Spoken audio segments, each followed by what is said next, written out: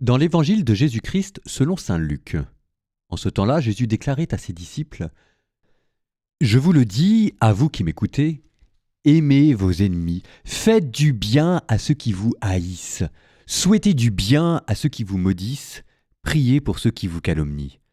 À celui qui te frappe sur une joue, présente l'autre joue. À celui qui te prend ton manteau, ne refuse pas ta tunique. Donne à quiconque te demande, et à qui prend ton bien, ne le réclame pas. Ce que vous voulez que les autres fassent pour vous, faites-le aussi pour eux. Si vous aimez ceux qui vous aiment, quelle reconnaissance méritez-vous ? Même les pécheurs aiment ceux qui les aiment.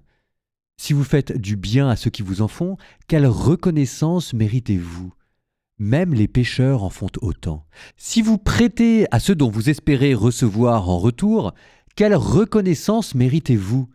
Même les pécheurs prêtent aux pécheurs pour qu'on leur rende l'équivalent. Au contraire, aimez vos ennemis. Faites du bien et prêtez sans rien espérer en retour. Alors votre récompense sera grande et vous serez les fils du Très-Haut. Car lui, il est bon pour les ingrats et les méchants. Soyez miséricordieux comme votre Père est miséricordieux. Ne jugez pas et vous ne serez pas jugés. Ne condamnez pas et vous ne serez pas condamnés. Pardonnez et vous serez pardonnés. Donnez et l'on vous donnera une mesure bien pleine, tassée, secouée, débordante, qui sera versée dans le pan de votre vêtement. Car la mesure dont vous vous servez pour les autres servira aussi de mesure pour vous.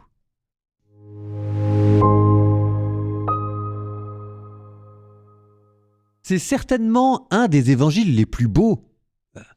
Pardonnez et vous serez pardonnés, donnez et l'on vous donnera une mesure bien pleine, tassée, secouée, débordante, car la mesure dont vous servez pour les autres servira de mesure aussi pour vous. C'est extraordinaire. On sent bien l'élan de la gratuité.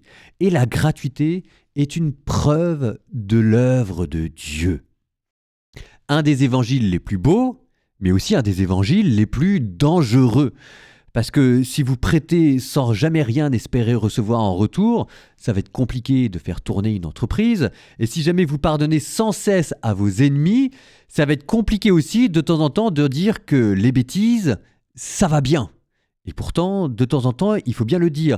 C'est peut-être un lieu commun, mais je le redis quand même. Jésus a dit, si on vous frappe sur la joue gauche, tendez la joue droite. Mais quand lui-même s'est fait frapper sur la joue gauche, il n'a pas tendu la joue droite, il a dit « Qu'est-ce que j'ai fait pour recevoir une telle claque ?»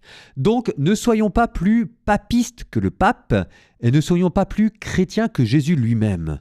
Je vais donner encore un autre exemple pour montrer parfois cette sorte de naïveté dont les chrétiens font preuve et à vouloir être trop bon au mauvais moment, on finit par devenir cruel au mauvais moment. Quand on est trop bon, parfois pour rétablir la barre, on est obligé de devenir cruel.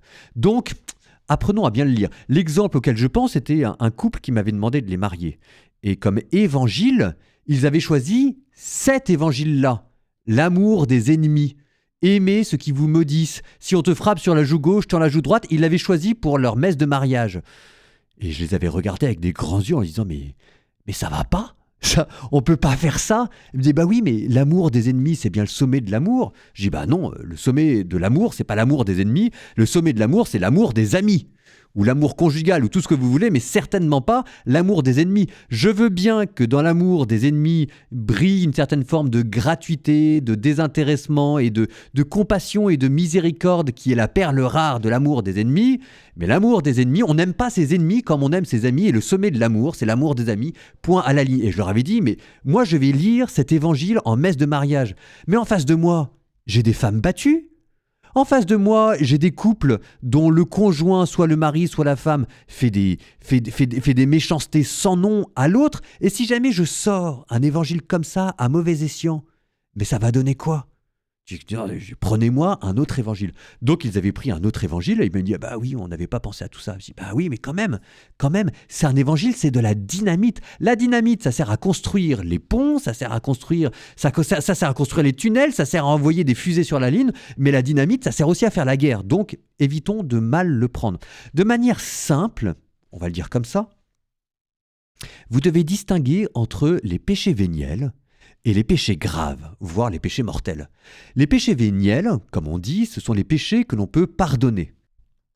Venia en latin, le pardon. Si vous voulez, dans l'évangile, c'est la paille et la poutre. Parfois, il y a des pailles et parfois, il y a des poutres. Ou alors, c'est dans l'évangile selon saint Jean, il y a des péchés que l'on peut pardonner. Non, d'ailleurs, pardon, c'est pas dans l'évangile selon saint Jean, c'est dans la première lettre de saint Jean, chapitre 5 de mémoire. Il y a des péchés que l'on peut pardonner, péchés véniels, et il y a des péchés qui mènent à la mort, péchés graves. Bon, dans la vie courante, de manière propre, claire, nette et évidente, les péchés véniels, vous devez prendre cet évangile au ras des pâquerettes, au sens littéral. Par exemple, quand dans une famille, il y a le mari qui arrive systématiquement en retard. Ou quand, moi je sais pas, par exemple, la femme ne peut pas s'empêcher de commencer ses journées en se plaignant.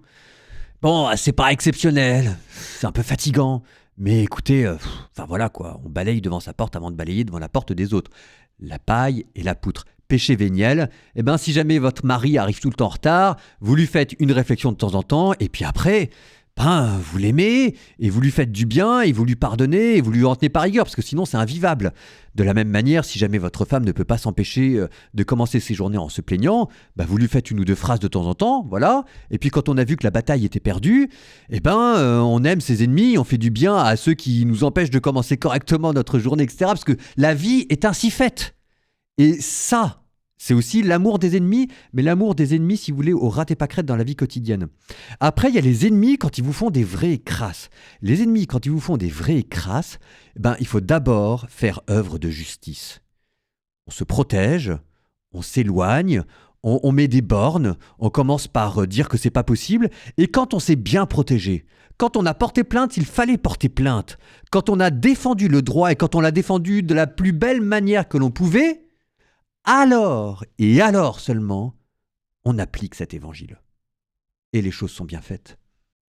C'est-à-dire que la défense de la justice doit vous amener ensuite jusqu'à pouvoir être miséricordieux.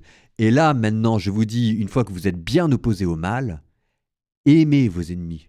Et maintenant que vous avez porté plainte à la police, faites du bien à ceux qui vous haïssent. La charité chrétienne ne se fait jamais au détriment de la justice. La chose que rajoute la charité, et c'est pour ça qu'elle est un devoir, c'est qu'elle est la cerise sur le gâteau de la justice.